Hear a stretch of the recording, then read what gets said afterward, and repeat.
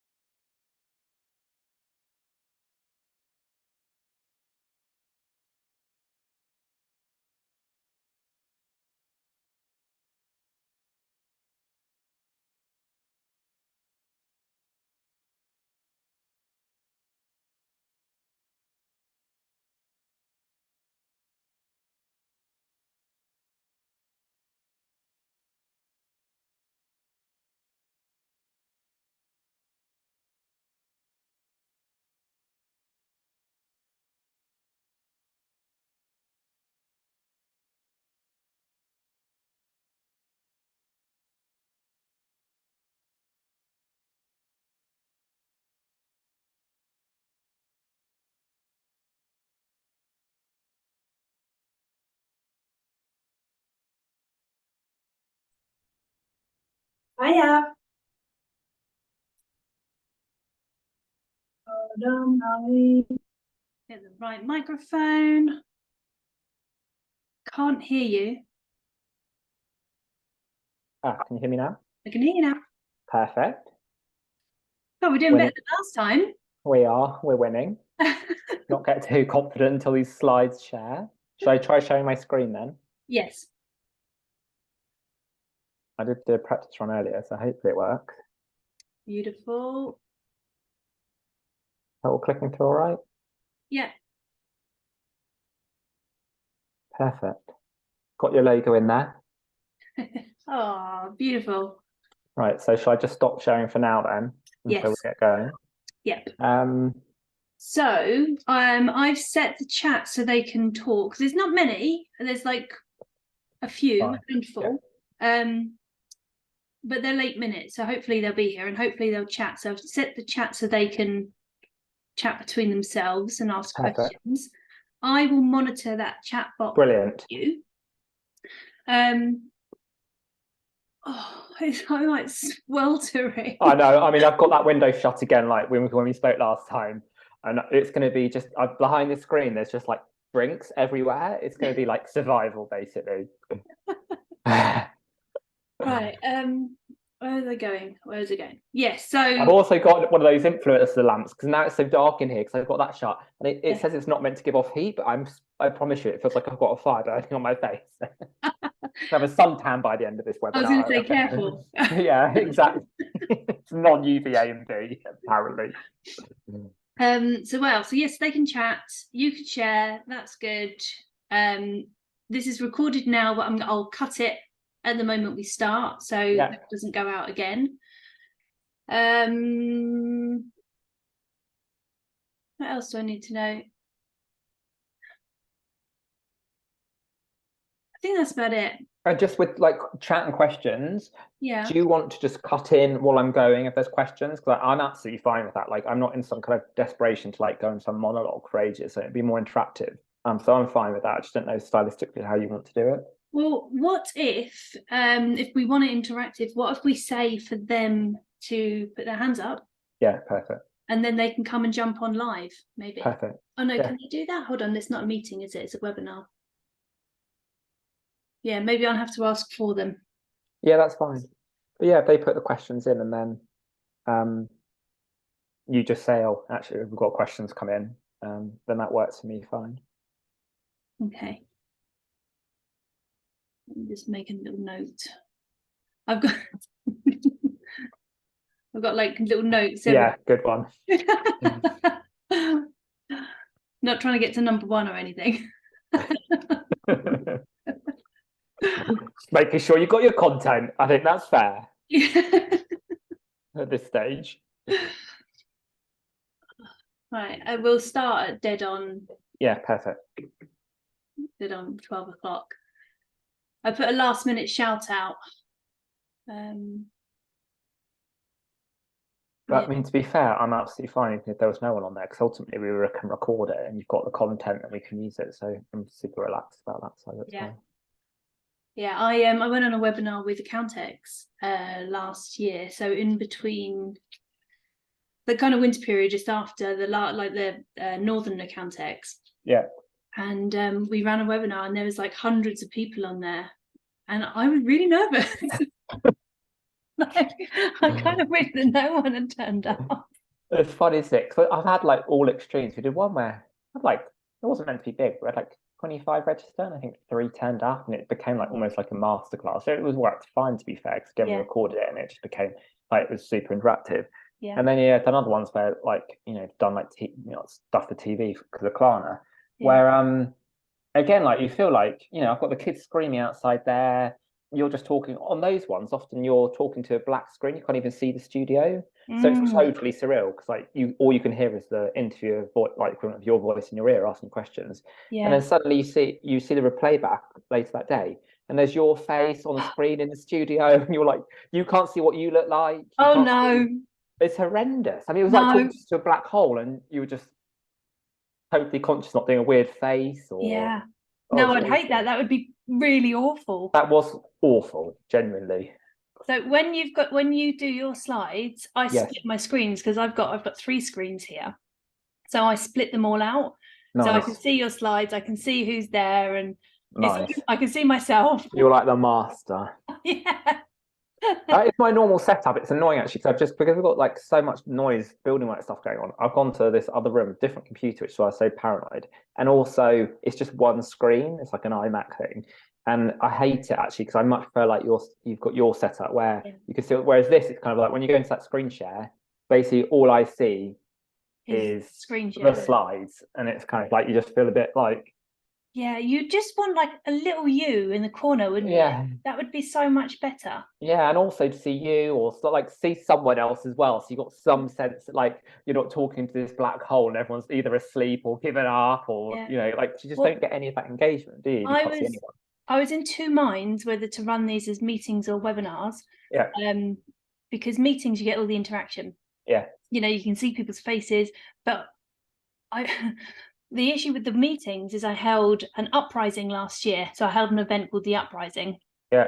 And everyone came and they had their cameras turned off. Yeah. And that's soul destroying. Yeah, and it looks shit as well. Like we've done that, we've done like screen grabs of events, online events, and it's like our three faces or whatever, and then just all these like crossed out with the name. It looks so shit. And we've gone like, please put your camera on just for a screen grab, please. Like two people put their screen on. Yeah, exactly. Yeah. The only time I try and turn up with my own video when I'm attending meetings. The only time I won't is I attend a meeting either 11 o'clock at night or super early in the morning, because it's over in America or Australia, and I'm like, nah.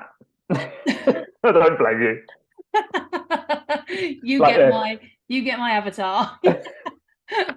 Oh. Yeah, please, can we just get this wrapped up efficiently? What time are we on? Okay, got a couple of minutes. We've got 2 minutes to go. Right. Anyway, do you need me to introduce you in any particular way, or should I just ramble my way through like I normally do? I'm totally relaxed about how you introduce you. Just the key thing is that I'm no longer at Klarna, so like I have finished my role there. So I'm just conscious of that people don't, you know, stay. Yeah. So I put that in an email. I put that you were ex-Klarna, and then I realised in the bio, I think I just grabbed your bio off your website. Probably out of date. Yeah. So go and have a look at that. Yeah, we'll do. It's annoying, isn't it? Right, because you just find stuff, you've got it everywhere. And like I was like militant, LinkedIn got updated, but then I found someone got in touch with me, and it was all like about Klarna, and that was from a completely different site where it was still on. So I need to do a bit to the. Oh, talking of Klarna, I made an introduction to you on LinkedIn to a lady called Savannah. Okay. And she's looking for introductions into companies such as Klarna. She's got I can help with that. Yeah, very cool piece of software that she's developing. We won't go into it now, but have a look, because I mean, my LinkedIn has been out of control. Like I basically went into hiding because of finishing at Klarna. Basically, just like, you know, everything from like you having a nervous breakdown to, you know, like here's a good job opportunity. So like I basically sort of went completely. Not off grid completely, but but just leave me alone. I've got my own stuff to do. It's on the to-do list of hiding. I thought it'd be like so relaxing finishing Klarna. I've got some exciting stuff coming out that I'm about to announce, but it hasn't felt very relaxing at all. It's just been hectic, basically. We've got to start. Perfect. Hold this thought.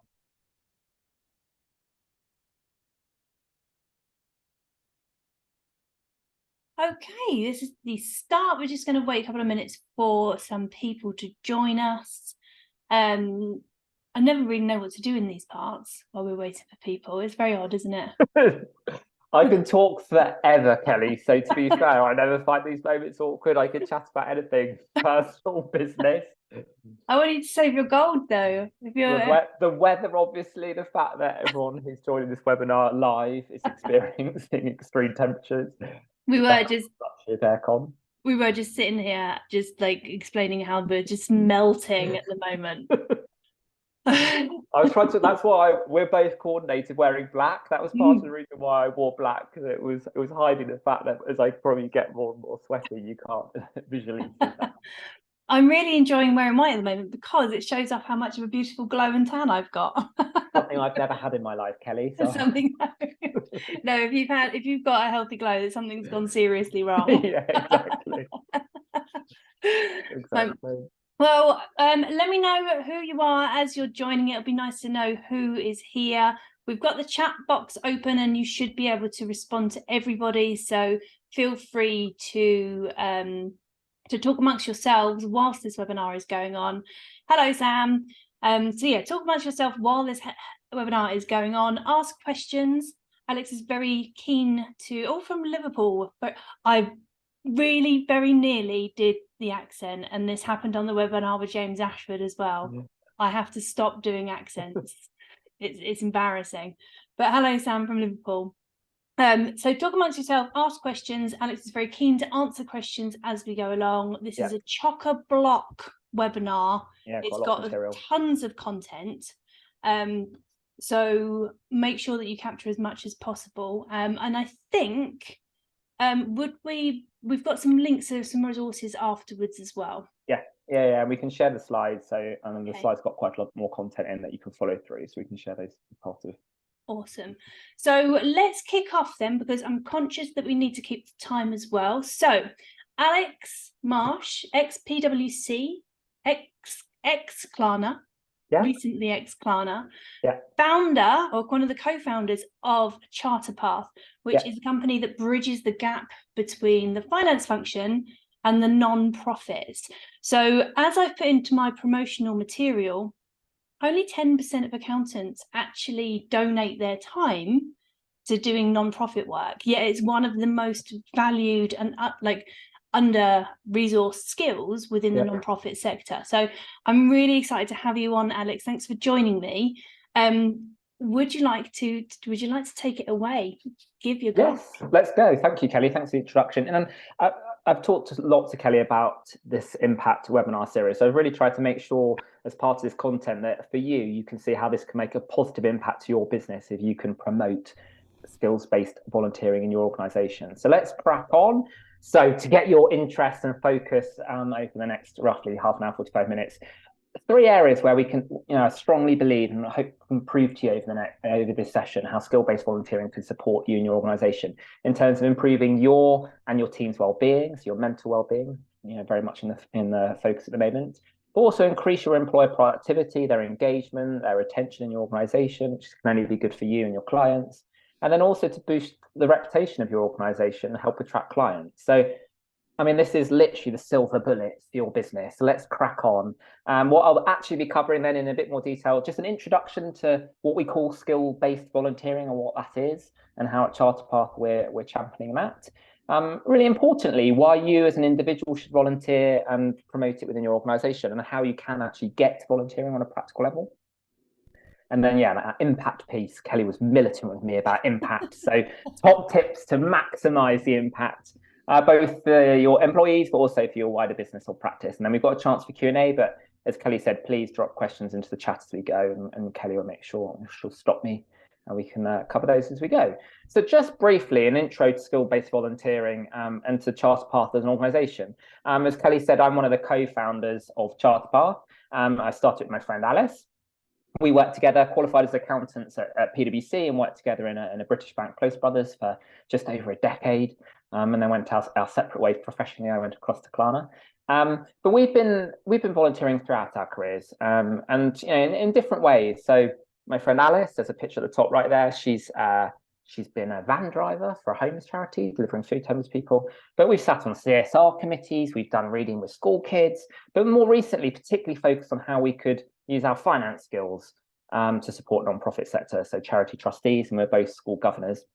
And it was actually that picture on the bottom left there, where we did, I talked to Kelly about this in the past, we did quite a, I was going to say tough / miserable 100-kilometre charity walk along the Thames Path from Putney to Henley. It took us 24 hours of walking for fundraising for charity. And that's where we first had the idea for Charterpath. Actually, we had a lot of time to talk. I love talking, but 24 hours even for me is a bit of a stretch.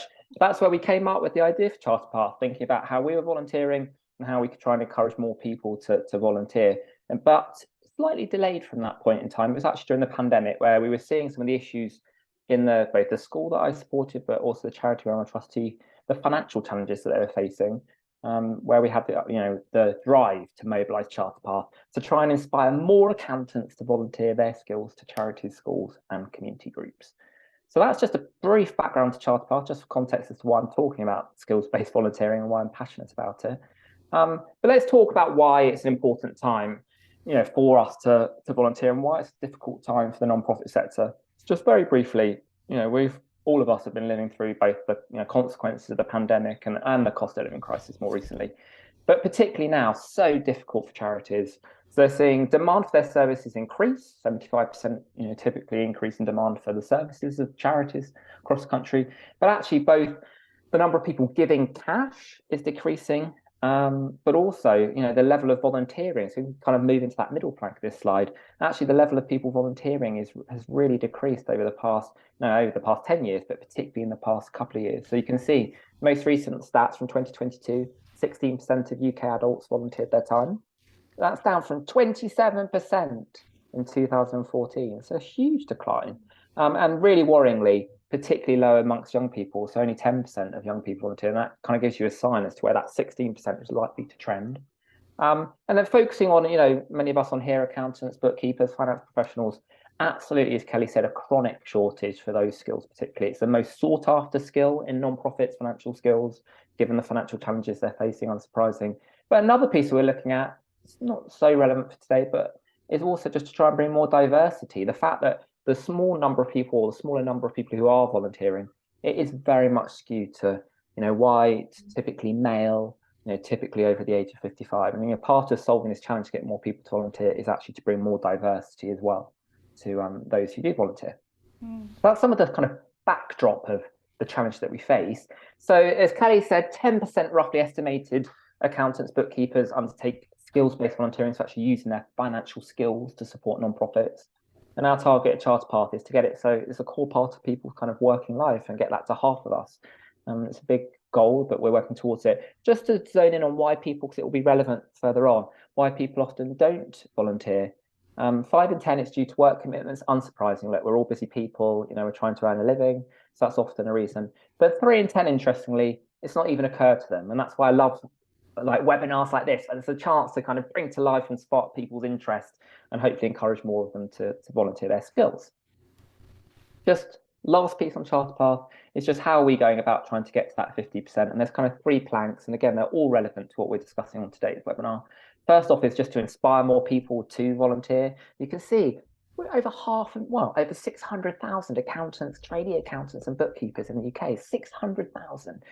So, there's potential for this huge army of, finance professionals volunteering their time. So really, how can we inspire more of them? Really hit that 3 in 10 who maybe it's not occurred to them. But also, it's not actually, when you then feel like you want to volunteer, often it's not even easy to find a role. There's loads of charities out there, schools, voluntary organisations. It can be hard to navigate through that. So how can we make it easier to find those roles? And we'll talk about that when we talk about sort of some of the how to get volunteering. But then also, how can we, in that third plank, the engage pieces, there's many institutes in the UK for, accountancy institutes, bookkeeping institutes, lots of employees, over 40,000 accountancy practices. How can we help structurally make it easier for both those organisations to support volunteering, then support us as individuals to get volunteering? So they're the kind of 3 planks. And actually today is great. We're kind of covering all 3 of those areas. So let's crack on. Why should you volunteer and how can we get volunteering? So, bit slightly blurry, sorry, I'll try and get the image quality up for next time. But what we're looking at here is actually there's lots of different ways that a business can support the non-profit sector. It's not just about volunteering. And so I love this slide. It comes from a sort of initiative called Giving Tuesday. There's links along the bottom there, we'll share in the slides. And actually what they've done is a really kind of matrix, I love a matrix here, where it covers ways that you can support the non-profit sector, both through money, but also through the time, of your organisation. So it's kind of, you can kind of look for what best suits you. And actually, many of these, I'm sure, as individuals or within your practice, you might already be undertaking these activities. Really interestingly, the piece about volunteering, you'll see volunteering appears more along the bottom half then, in terms of often not a physical cost to do it, but actually slightly skewed to the right-hand side to the more time, in terms of obviously you're giving your time. But actually, that's where we believe it, particularly where you're thinking about the finances of your practice, rather than having to, give money, write checks, etc., or marketing, sponsorship. Actually, volunteering is an amazing way to support the non-profit sector. So whether that's staff volunteering days, setting up volunteer rotas, setting up, with a non-profit, there's many areas there. And that's what we're going to be particularly focusing on, is how you can use more of your time rather than necessarily having to use your money to support the non-profit sector. But we'll share this, lots of great ideas more broadly. So why volunteering? Why would volunteering be good for you? What are the benefits for your organisation and for your team? And let's start with your team. So yeah, we say here often volunteering, you can make you feel a bit smug, the feel-good factor, but actually some amazing benefits that could come to you as an individual, but also to your team. that could come from volunteering your skills, both to develop your own skills, but also to improve your well-being. So we've covered a few of them across here, and I'll just touch on those. Developing new skills. 80% of volunteers report improved communication, influencing relationship skills from volunteering their skills. This is an opportunity for us individuals to practice our skills, often with very different people. I see it in my professional life, but a lot of my career working, directly with, finance professionals, very structured, often, articulate, logical.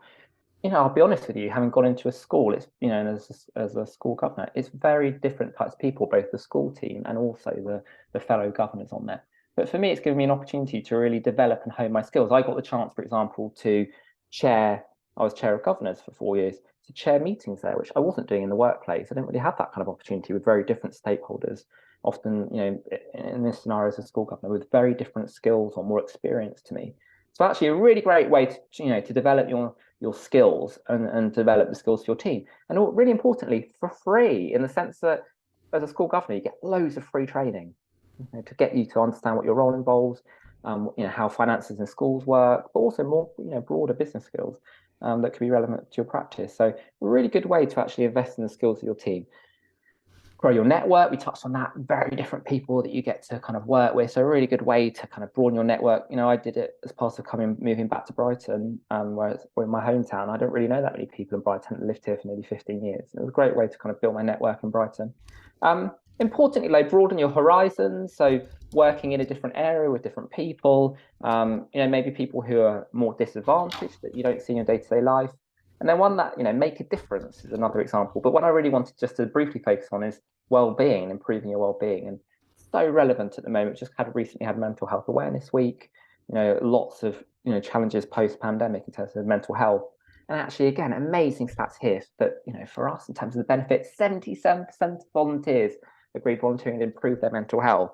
But for us as, running a practice, for example, that can translate into greater motivation at work, and actually increase productivity at work, which, again, a massive win-win in terms of, for the individual, but for your practice as well. So just briefly there, I'm not going to play the kind of audio of this video, so I've consciously muted that. I'll share the slides after. It's talking about some of the benefits of mental health benefits of volunteering. But I love these examples that come from the NCVO, which is the National Council for Volunteering Organisations, in terms of how volunteering can benefit your health for us as individuals. Particularly the one I liked was reduced brain shrinkage, which I think for any of us is something that we could probably think, and long living, to be fair. But in all seriousness, great, health benefits there of volunteering your skills in terms of your self-esteem, your life satisfaction, reduced depression symptoms. And this is proven by science. And we'll share the link to the video, which has got a lot of science behind it included. So again, hopefully that makes you think as individuals, there's great benefits to volunteering, our skills and our time. And we then just skip on to your business though, because it's, for this audience particularly, really relevant to think about how what we call employer-supported volunteering, ESV, which is essentially creating a framework that supports your team to volunteer their time. And again, unsurprisingly, like two kind of main buckets I've incorporated here.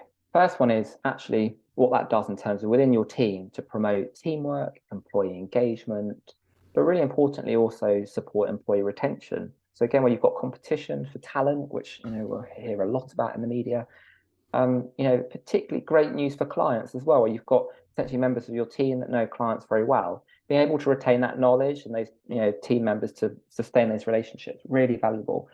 You can see here, 87% of employee volunteers reported improved pride in their employer. So actually really seeing the value that their employer is bringing to their community. And then from that, you typically see 24% better than average retention, which again is amazing. So there's a question that's come in that might be relevant to this point, which what is the cost of volunteering when it comes to small accounting practices? Yeah, so I think, if I just skip back as well to here, that the reality of it is that it is primarily time. And, I appreciate in our world, particularly in a world of sort of billable hours, in some organizations, they can kind of split time and money very kind of discreetly, if you see what I mean, within, particularly large organizations, where time can feel sort of easier to give.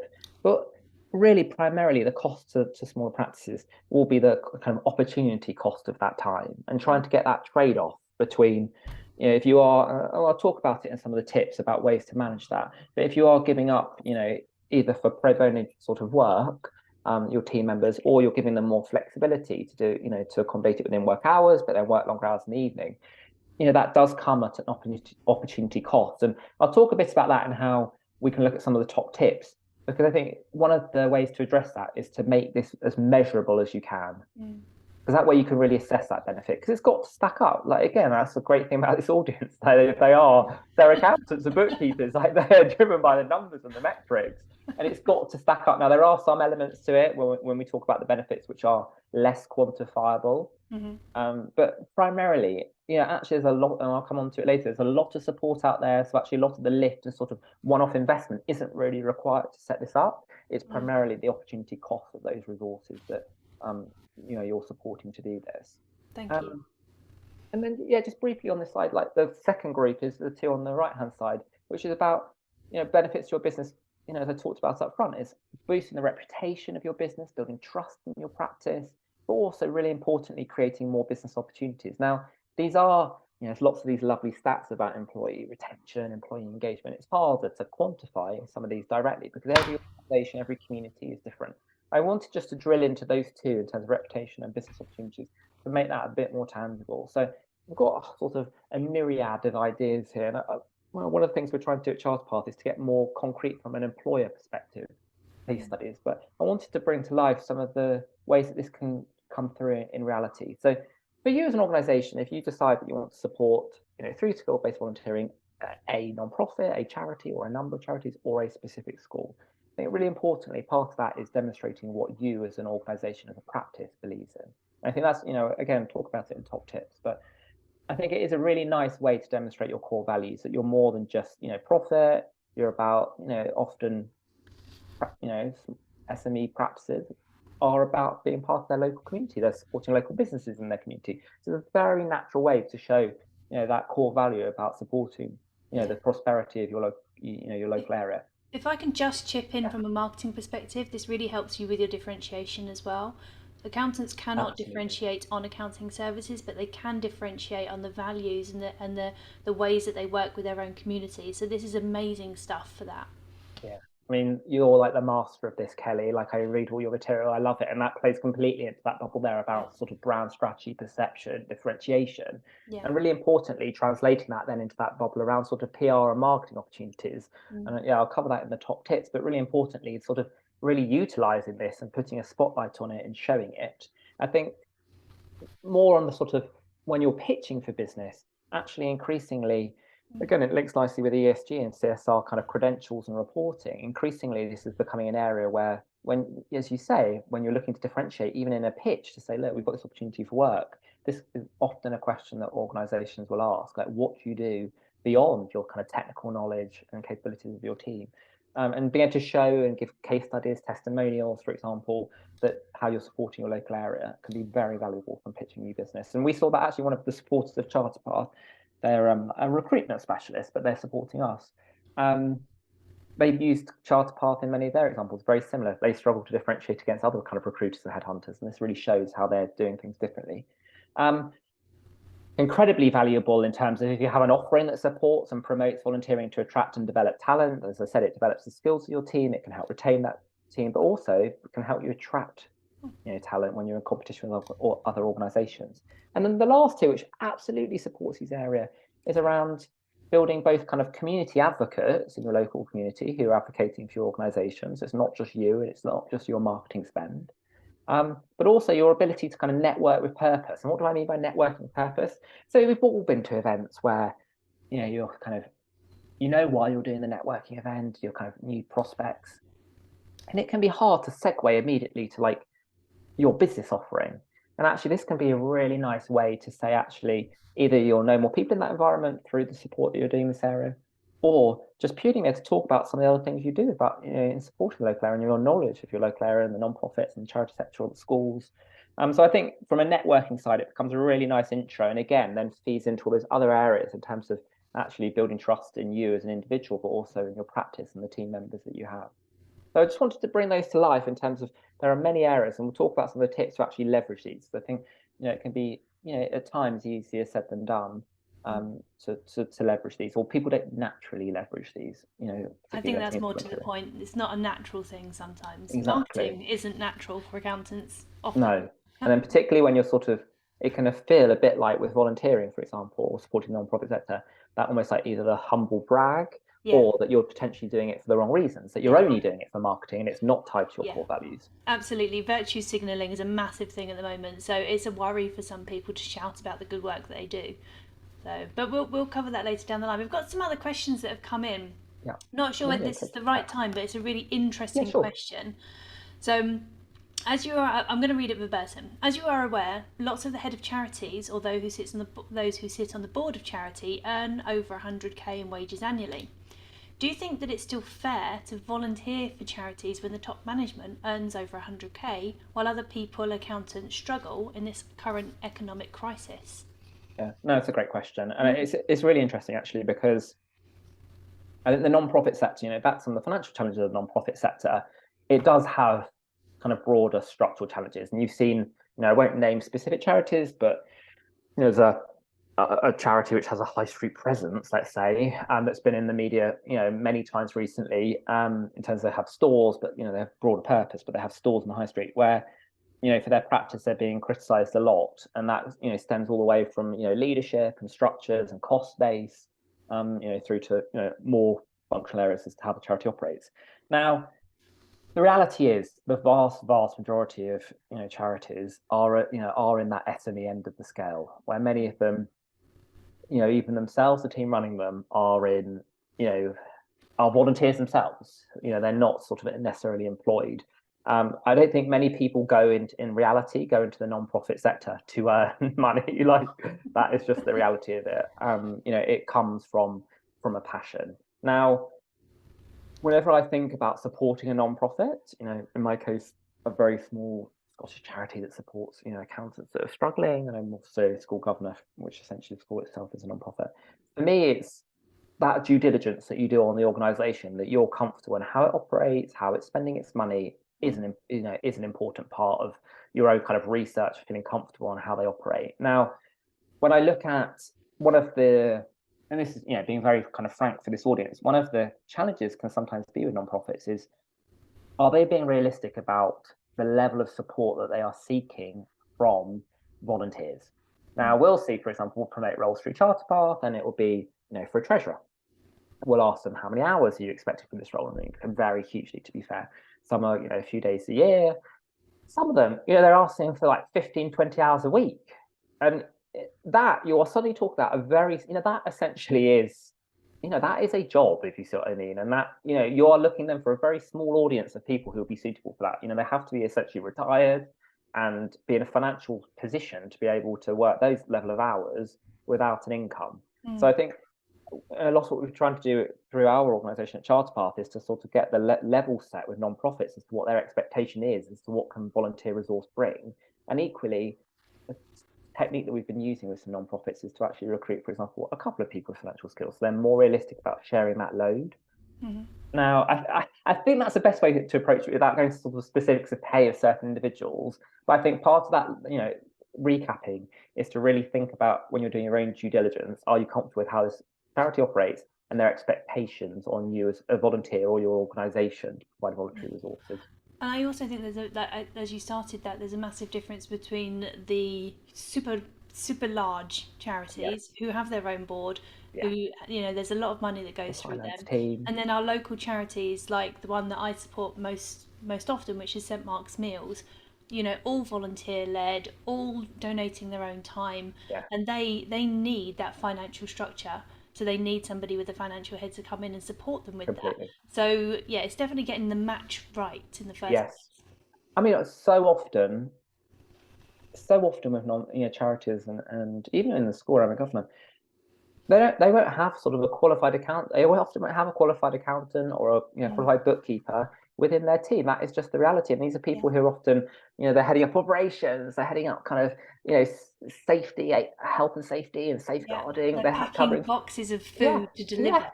And then they're doing the finances as like a side hustle. So I think having someone with these kind of skills to bounce ideas off even, or just to do a sense check as a volunteer, you know, from a volunteer, could be hugely valuable. Yeah, thank you. Great question. Yeah, I thought so. So we've talked a bit about some sort of benefits to your team, benefits to your business, but really importantly, how do you go about finding a volunteer role? Like I say, in that sort of connect part of our mission, often people really struggle to find these roles. Now, what we've tried to do here is, and that's why we'll share the slides, we've got a link through to our website where all these resources are held. There are many different organizations doing this, and we've broken it down in sort of a couple of groups. One is you get organizations who are kind of role specialists, so they'll specialize in recruiting trustees for a charity. Trustees Unlimited, great organization. There'll be organizations that specialize in recruiting for school governor roles, aspiring governance for schools. You've got ones who specialize in more sort of ad hoc work, so not necessarily a recurring role. So you've got Pilot Light, for example, who, micro projects where they just need a few hours potentially. So you've got people who kind of do role specific.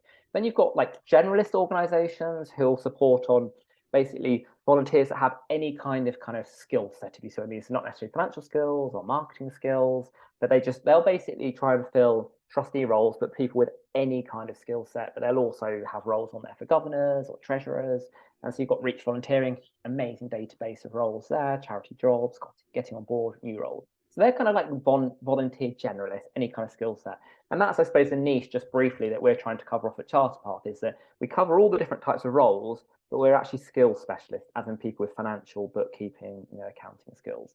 But great organizations, and we've got, as I say, on our website, links through to all these organizations where they'll explain the roles in more detail, and they'll have links through to live roles, as we do also at Charterpath. Just briefly on those, again, we'll share the content for this webinar. I won't go into a lot of detail, but these are some, just going into a bit more detail about these different buckets of different types of roles. Got recurring roles, for example, where you could sit on the board of a charity, could be small, could be big. Got treasurer roles, which is where you're specifically responsible for the finances of the, the school or the charity, as sitting often on the trustee board. You've got school governors. I love school governor roles. They're very structured roles, and they'll often have a governor who has specific responsibility for finances. That's where I started out. So again, it's quite a good way to get into the kind of volunteering role with good support and training. And then, yeah, all these different ways where you can support on an ad hoc basis. Often people want to almost try before you buy or try before you commit. And actually, that's where some of these sort of ad hoc roles can be great, because you can try out a charity where you can go in just for an afternoon and help them, I don't know, review a grant application. If you love the charity, love what they're doing, maybe you could take on a recurring role. So again, I wanted to give you kind of a taster of some of the different roles that exist out there. But yeah, I wanted, really importantly, what are some of the kind of top tips, I suppose, then, to sort of maximize the impact of your volunteering? Before you move on, go for it. There's another interesting question. So, once again, read it verbatim. Alex, as you talk about volunteering, could you please let us know how you, Alex, make a living out of volunteering and how you pay the bills? Because volunteering and offering a service is for free. So really, it's about the structure of Charterpath, I think, and what that looks like. Yeah, so we've set up, great question. So we've set up, Charterpath is a non-profit organization. We set up as a community interest company, so it can't basically generate profits, or any profits it does generate have to be reinvested in Charterpath. I'm completely sort of unpaid from a Charterpath capacity, and have been, myself and Alice kind of personally funded, I suppose, setting up Charterpath, the website, all kind of the capabilities that we have. And we're resourced by a volunteer team. As part of scaling it, just briefly, we are looking for more partners. We have some great supporters, actually, both in the accountancy profession, but also some of the ancillary kind of services, whether that's recruiting or whether it's software companies around it to help us. And that's very much our mission. We want to keep it as a kind of non-profit. Generally, though, how do people kind of support non-profit activity? I see it as almost like precursor to having that portfolio mindset of work. So for me, I have work which is paid, I have work which is volunteer, and actually I very much see them. I don't see the volunteer work as the poor relation in that. I see it as the portfolio. I just have to be, and I'll cover it a bit in the top tips, but very much have to see it as like, you do have to have that discipline about the time that you commit. I mean, Kelly, I know how like hard you work and all the different activities you're involved in. It's that same premise of discipline of like, yes, we've got to earn a living. And some of that is about finding the right volunteer roles for you that fit where you are and how your finances work and fit your lifestyle. I've got young kids, so sometimes it can be hard.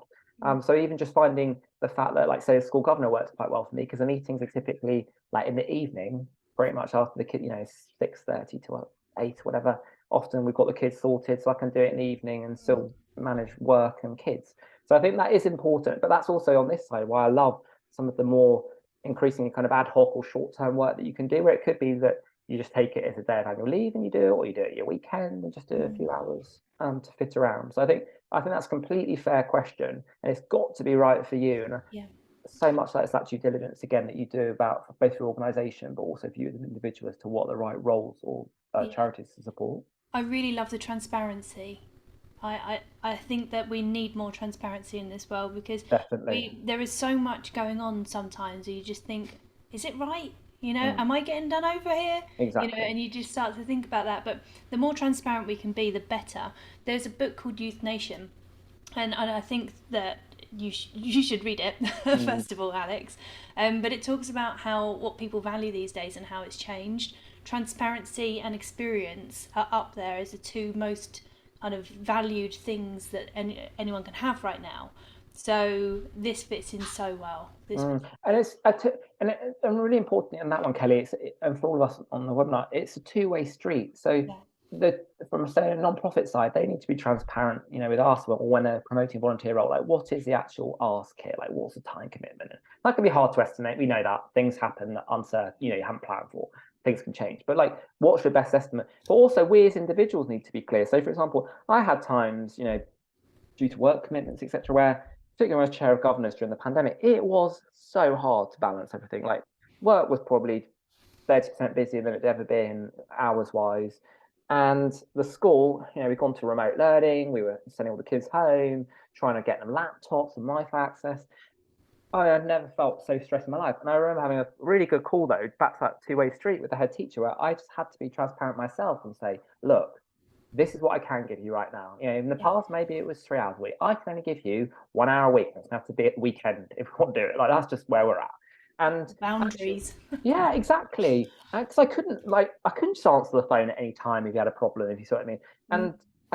But actually, the head teacher is really stuck in my mind. Is such a wonderful person. Said to me, like, you're a volunteer. Like, even if it's 1 hour, every hour that you give, I appreciate. Even if it's 1 hour, like, you're giving that for free, and I appreciate that not necessarily everyone, you know, in the non-profit sector has that same mindset. But I think that's really important as part of that dialogue about being honest with each other, not just going AWOL, like, and not answering the phone and disappearing, but actually just saying, look, this is what's going on. You know, I can support you in this way. Otherwise, we're going to come up with like a plan B or a plan C. So yeah, great question, really good. There is another one, and before we move on to the top tips, that might fit this slide quite well as well. In fact, a couple of people have asked, what specifically does volunteering look like? So does it mean that I'll read one of them, does it mean that you need to sit down with them and go through their charity accounts, see what financial conditions be improved? Like, what does it look like for the different? Yeah, I love that. Yeah, and that's actually really interesting you say that, because like, I was talking with Alice actually where we started this, like, the slide extra we need is the slide after this, which has more of the tasks to make it more tangible. Now, look, across every different one of these roles and every organization, it will vary. But like, high level, for example, as a treasurer, you know, there'll be certain kind of core responsibilities you would have. For example, setting, you know, the budget for the year ahead and tracking financial performance, you know, month to month or quarter to quarter, depending on the reporting cycle. Now, that's, you know, and that's similar to a school governor as the kind of the, you know, particularly got the finance link, kind of core responsibilities. Now, like you say, if you were the treasurer for, you know, say Oxfam, for example, you know, that kind of role, they all have a finance team. They all be producing sets of accounts for you. They will be producing, you know, management accounts, etc. They'll have a structure. You might have, you know, a monthly one-to-one or a monthly kind of finance committee where you'd be going through those materials, you'd be challenging them, and they would then feed through, for example, into the board. And look, other trustees may then look to you as the treasurer and say, look, Alex, you know, give us reassurance to a certain extent that, you know, the finances are right and money's being spent or invested in the right way. The other end of the spectrum could be, as we talked about, you know, micro charity, where you as a kind of treasurer, you could be doing the books. Like, you could, you know, and I've done that in charities where you are producing the accounts, you're producing those monthly, you know, management accounts. You know, that is the reality of the situation. So it can be kind of hugely varied. What I love about some of the more ad hoc work that you can do is, again, I've done a bit of that myself. We've supported other volunteers. Is that can be wildly varied. Like we've done, I've looked at kind of pitches for funding. I've supported on, sort of critical review of accounts. I've looked at financial controls as sort of ad hoc exercise, almost like a financial health check for charities. And so that can be kind of hugely varied. But actually, a lot of the kind of the core trustee, treasurer, school governor is very much similar to the support you'd be providing to kind of the businesses, in terms of making sure fundamentally that the financial statements are robust, accurate, can be trusted, and that the resources that those organisations have is being utilised responsibly. That's really good. We've got more questions coming in, if you don't mind. Yeah, absolutely loving it. Okay. Do you need to be a chartered accountant to volunteer for charities? No, and it's really important that, because actually the language can be hard here when you talk about kind of financial professionals, financial skills, accountants, bookkeepers. Ultimately, I sit, for example, at the school where I'm at, we have a finance kind of working group, and actually in that group we've got people ranging from chartered accountants. I train as a chartered accountant, I haven't kind of practiced actively as a chartered accountant for a number of years, through to people who are non-financial. It's really interesting in charities. There can be, again, like phrase this carefully, there can be that sort of put all the responsibility on the kind of the treasurer or the finance person, and everyone suddenly goes like, I don't get numbers. And I'm often very critical of that, because we all run our personal finances, don't we? Like we manage, as best we can, we manage, our rent or our mortgage or our incoming, our outgoings. And I often say that to other kind of trustees, for example, where they say like, but we just don't get the numbers. But you manage your personal P&L month to month, you manage your personal balance sheet month to month. You can contribute to to a non-profit or a charity. I think if you are, understandably, some people can be nervous transitioning through to supporting a non-profit. Again, a tip for that would be just start small. Like one of the charities I supported and support still, actually, they only have only make about, I don't know, 6 payments a year to it's almost like grants. We don't actively fundraise anymore. We had like an endowment many years ago, like 25 years ago, and they make 6 grants a year. And my role as a trustee there is reviewing those grants, that they're like the best 6 out of, say, 20 applications that we get. It's small, it's manageable. Like the bank statement, you could literally tick off 7 transactions a year. Kind of accounting. Yeah, like 1 interest payment on the endowment and 6 payments out to the right, grant applicant. So there are ways to do it that can ease yourself in, versus going to a Goliath organization with many stores and many different income streams and many different investments where it would be more complicated. And that's interesting, because you're looking at volunteer roles for so many different levels of people as well. Exactly. Yeah. There's another question. I don't really understand it myself. Maybe you do. Maybe you would. The 25p charities received the government for every the 25p which charities receive from the government for every financial donations. Do charities still struggle nowadays? Oh, so sort of in terms of gift aid and the funding. Yes, look, the reality is, go back to the very start. 1 in 3 charities have had to make redundancies. 1 in 10 are looking at having to shut down. Seeing a lot of consolidation in the charity sector at the moment. Again, not necessarily a bad thing, because you do tend to get many charities trying to solve the same problem, and some level of pooling of resource can be good. But ultimately, often charities are created by individuals where something's happened in their life unexpected, and to want to do something to change that, they create a charity to address it. And they don't have these donations are down, volunteering is down, the toughest time, and often actually a lot of the money is going to those Goliath charities. So I am a huge advocate of the tail of the non-profit sector, where you can an individual school versus a large academy chain, like an individual local charity, where actually you helping them to secure a £5,000 grant could change hugely the potential that they've got to support their cause. Yeah, I'm very big on boots on the ground. Absolutely. Yeah. Okay, we've wrapped up the questions for now. Do you want to go into your... Yeah, and we've covered a lot of it, so it's really good, actually. It's kind of neat, fits in so nicely with some of the other topics. So let's think about this, maximizing the impact. So how do you make it a success, both for your team and really and for your business, to kind of harness those potential theoretical benefits that we've talked about? So this is really focused on us as individuals, either employees or practice head or whatever, but looking to volunteer. So touched on this already. Like fundamentally, the most important thing going into volunteering is to find a cause that you're passionate about. That's that, boots on the ground, something you can relate to, something you really care about. As I've touched on a few times now, I often say consider something local to start with, because you can see it and feel it and see the actual impact it's making. Exactly. I love impact. Exactly. Originally, when I did this, I had impact everywhere I wrote it in capitals, and it looked a bit odd, so I actually took it back. But that's what I mean verbally. Impact. But yeah, as we touched on already, so important to understand the different opportunities out there and the time commitments that they involve. Some are recurring, different charities have different frequency of meetings. Some want you physically there. Increasingly, they're moving to virtual meetings, which again supports that piece about how do you fit it in. I can't get up to Edinburgh every quarter for the charity I support there. I tend to try and attend once a year and do the rest remote. Research, people on this webinar and your audience, Kelly, they are diligent individuals, but yeah, again, really research. Once you're kind of zoned in on what you want, what you're after, do that research. Like you say, you're comfortable with where the income and the expenditure is going, and it's, as you would do for any job if you're going to commit to it, because it's ultimately going to be tied to you. As well, if there are issues with the charity. Now, when I really loved it, back to how do you manage your portfolio, is scheduling time for volunteering like you do for work and other tasks. Often people are like, I have my, their play up life. I have my life, I have, my family time, my work, my family time, and then this sort of imaginary wedge that doesn't exist for doing things like this. And it's sort of, we all know that all those other wedges, Kelly and I are talking about, my mad children on one of the prequels, etc. Those wedges are often unrealistic in themselves as to what the time commitment is.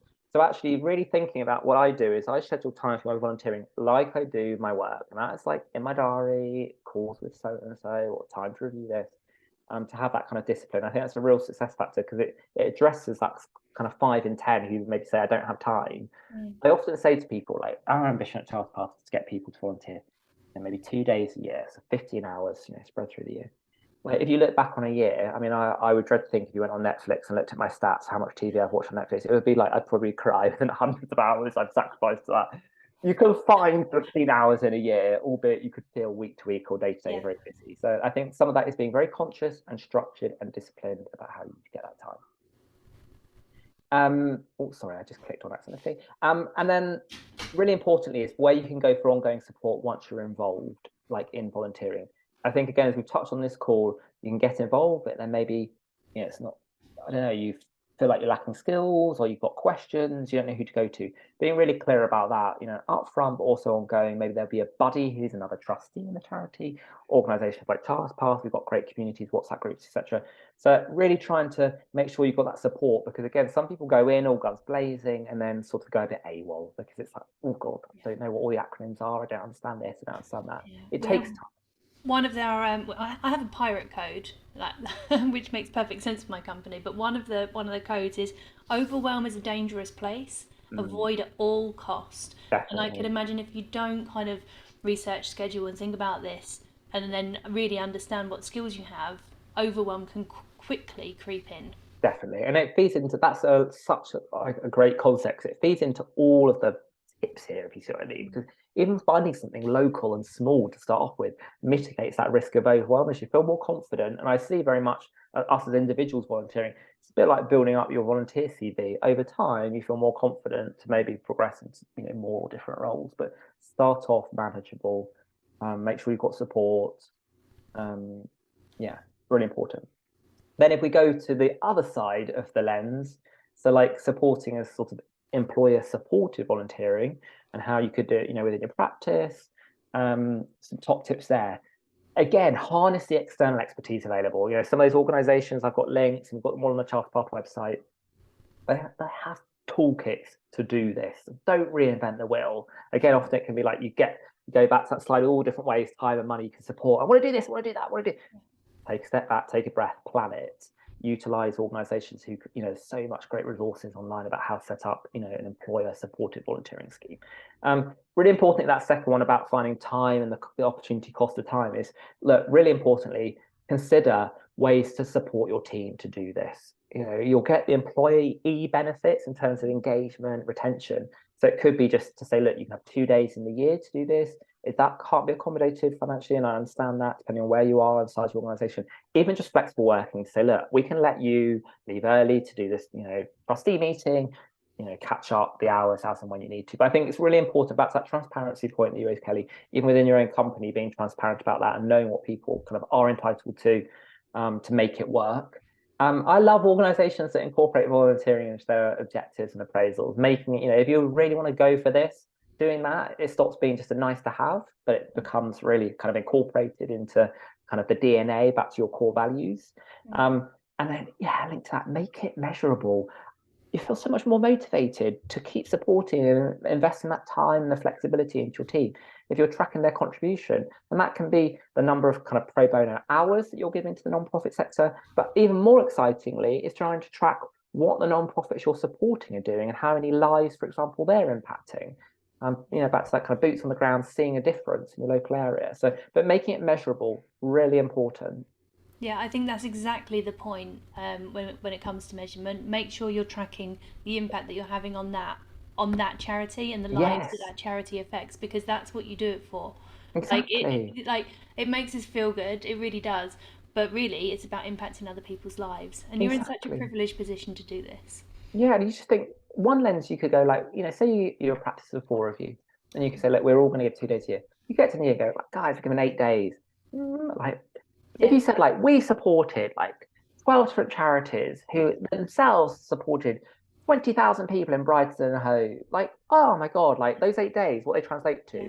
And if you look at how you impact your clients, you might say, well, we saved this client 12 grand in, tax. Yes. Whereas if you could do that for a charity, that 12 grand in tax might actually feed thousands of people. Millions is probably a bit excessive, but it might feed so many people. That's like stand on like hairs on your back of your neck kind of standing up level. And that just feeds perfectly into my last bullet. It's like we've prepared for this, Kelly. It's about really celebrating the success, both for your volunteers, so your team where they are volunteering, but also the success of the non-profits that you're doing. Now, again, it's not a criticism of the non-profit sector, but it's often a reality. Is they're time constrained. They don't often celebrate their own successes very well, and struggle to celebrate the success and contributions of their volunteers. At times it can feel like a thankless job, but we as employers, we can do that. And I think shout it from the rooftop, tell the story, explain why it's important to your core values, all the stuff you're amazing at, Kelly. Like bring this to life, and that's where it really starts to tick those boxes around growing your business, improving the reputation. I got like one last image just linked to that. Like this is what we've been doing at Charterpath. Like celebrate these people. They're doing amazing things, and most people wouldn't even know these people are doing this. It's like, and that's so much about our Inspire lens. It's like celebrate these people, and that's something you've got this amazing content that doesn't sound braggy because you're talking about your team and the difference they're making, or you're talking about the non-profit you're supporting, not just you. Like the incredible impact they're doing, and you can see that on your LinkedIn or your other social channels or in your business pitches. And it's that's also, where you can make the difference. And it's not sales content. So you're not going, hey, look at me and buy my stuff. You say, hey, look at me and look at the good stuff that we're putting out into the world. And the good people we have in our team. Yeah, exactly. And then what other people do is they take it and say, well, actually, they look like really lovely people to work with. Yes. That's one side. Or another benefit is people say, oh, do you know what? I could probably do something like that myself. Yes. And this spreads like wildfire because we build a community of people doing good stuff in the world. Love it. God, I feel so motivated. I know. I love this last quote, Kelly. This is, I promise, my last slide. I've got a lot of content, but time spent in helping people to do more for themselves is far better than mere giving. And that's perfect to everything you said. Rather than just giving a check to a local charity, giving the time of you and your team, the multiplier effect is vast. So, untapped, uncalculated right now. So amazing. And I think, we've covered so many questions, but hopefully that's given you a whistle-stop tour of skill-based volunteering and how it can have a positive impact on your team, but also your business. Thank you, Alex. That was really brilliant. I have one last question. Words out. If anyone else wants to get any questions in, now's the chance. We'll close in about 5 minutes. But going back to one of the very, very first things you said about diversity, and how we need to increase the diversity of people coming through and volunteering, because it typically is what an old traditional accountant was, not anymore, but was. So the older gentleman, typically white, you know, like very traditional view of it. How can we do it, and why is it important to get representation into volunteering? So look, I'm hugely passionate about, you know, diversity and kind of equity too, not just diversity, but actually like having equality of opportunity. And there's a very practical side for us at Charterpath, which is we are not going to get to that 50% unless we solve the diversity challenge. Like, that is the reality, because ultimately at the moment it is, you know, it's not a criticism of the individuals volunteering at all, but it is the individuals where there's a perception this is people who are essentially retired, semi-retired, kind of philanthropists looking to kind of give back, you know, in the latter days of their career. We need to get, you know, more younger people, more like diverse, different gender, race, to hit that target. So it's kind of a practical, and which I think it's a good thing to view it that way, because it's kind of like it gives you like a very easy way to motivate to support it. Then you go to almost like the how do you bring diversity there? And a lot of that for us has been around role modeling and trying to bring to life. You've got some lovely volunteer stories on our website where we're really actively trying to promote diverse volunteers of all stages of their career. And that can be people who are like, while they're training, they're 22 years old, doing their accounts qualifications, and they're out there volunteering. They're kind of, you know, learning their craft, you know, their job, and they're volunteering at the same time, their skills. Through, you know, I have no issue with promoting volunteer stories for people who are later in their career, but just trying to give role models that people can relate to, I think, is important. And the last bit to that is just around, actually, employers just have such a role because you can often find that people, some of the best people, are so diligent in their day job, their employed job, that they feel like they don't have the permission to volunteer. And I think that's where employer supported volunteering can really like open up the diversity, because often people from like minority groups, often in the reality is often they are some of the most diligent because they are underrepresented in their job anyway, and feel like to mitigate that they are having to go, you know, over and above in their working practices, hence don't necessarily go for volunteer roles. So that's another piece that we're trying to sort of structurally through our engage plank of our 3 areas of our mission, trying to support to bring more diversity. And I would just also add that it's really important that we do get representation, because charities cover every single type of person that we have in the world. Completely. So, and if we only ever allow a certain demographic to do the charity work, that's not going to work. Exactly. Look, school governors is a perfect example of that. Like, I sit on a governing body where probably still am. Like, I'm not young. I'm one of the young girls, probably the youngest school governor. And like the average age again in school governors is like late 50s. I think less than 1% of school governors are under 30. Many of these people, like, education has changed so much in 40, 50 years.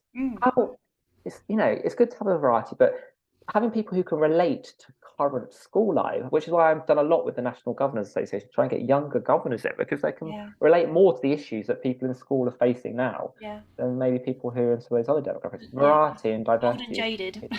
Can't relate to it. Exactly. There's 2 more questions. One of them is asking about your day job, and now you are not Klarna any longer. No. So what's your day job, please? Yeah, so I'm moving actually. So part of the move that I made away from Klarna is actually to move to more of a portfolio of roles. So I'm actually going to be moving to like a mixture of kind of non-exec director, advisory, consultancy roles. I've got one that should be announced in the next couple of days, which is super exciting. But yeah, that's for me is around having that flexibility to balance all of these aspects of my life. I've enjoyed, like, part of what I've tried to do the last few years with the volunteer work was to transition towards that model and have that kind of discipline to manage multiple different roles. And now it's kind of biting the bullet and, you know, moving away from primarily an executive role to a portfolio. So that's what is next. More will come over the next few days. But yeah, it's exciting. Amazing. This next part of your journey is going to be very exciting. And then the last one isn't so much as a question, it's just a thanks for all your time and explanations. I will definitely have a look at Charterpath website. Thanks all. That's amazing. No, it's great. There's so much material in there. We've invested, you know, a lot of time, loads of other people have, to get a lot of the content on there. And I'm really appreciative, Kelly, of you giving us, you know, a platform today to talk about skills-based volunteering, but also the work of Charterpath. And we'll just encourage people, get on, charterpath.org.uk. It helps navigate whether you're an accountant, whether you're a non-profit, so the kind of the right resources, and you can sign up for newsletters, and there's lots of great tools. And we've got live roles on there too. So yeah, I would really encourage people to have a think, think about some of those tips, and we'll share. Kelly will help to distribute the slides and the content, so that's available to all of you to have a read through. And yeah, just get in touch. You can, contact details are on the slides and the site. So any questions, please do get in touch. That's amazing. So I think we will wrap up there. We're 3 minutes away from an hour, which is perfect timing. So Brilliant. Thank you to all of the guests that have come on and watched today. If you would like to see the replay, I will pop it up on YouTube later and I will send you the link. There's going to be tons of resources in that email as well, so go and check it out. And next week, it's actually going to be myself delivering a webinar. Brilliant. I'll watch that. So, yeah, thanks again for joining. Sam, you're very welcome. And it's been an absolute pleasure. See you next week. Thank you, Kerry. Thank you, Bob.